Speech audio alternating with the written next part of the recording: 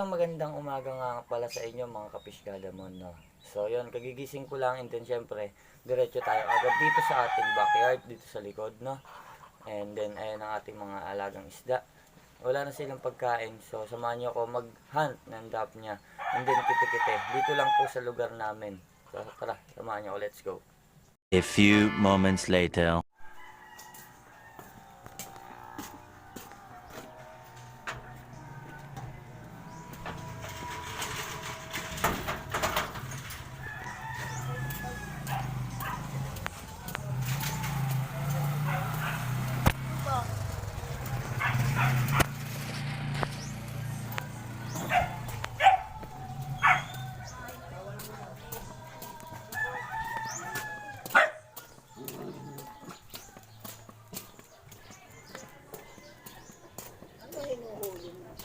Kain po ng isda.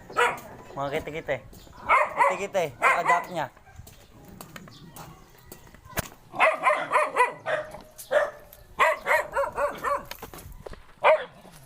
So yun nga guys, sinabal ako ng aso.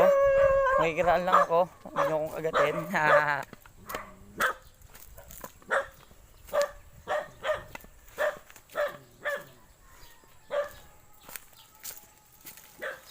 So yun nga guys. Nandito na tayo sa likod, no? Sa aming sapang marumi. Ayan.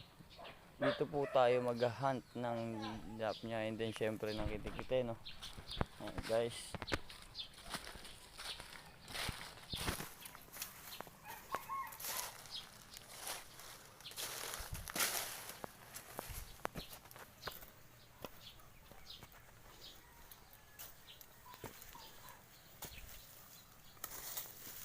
Ayan.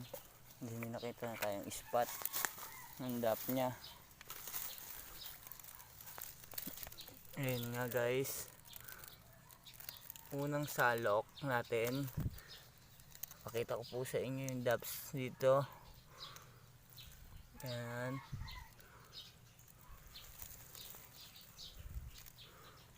Ayan tayo guys, magkain din ang ating mga fry. So ayan nga guys, ang ating dap niya.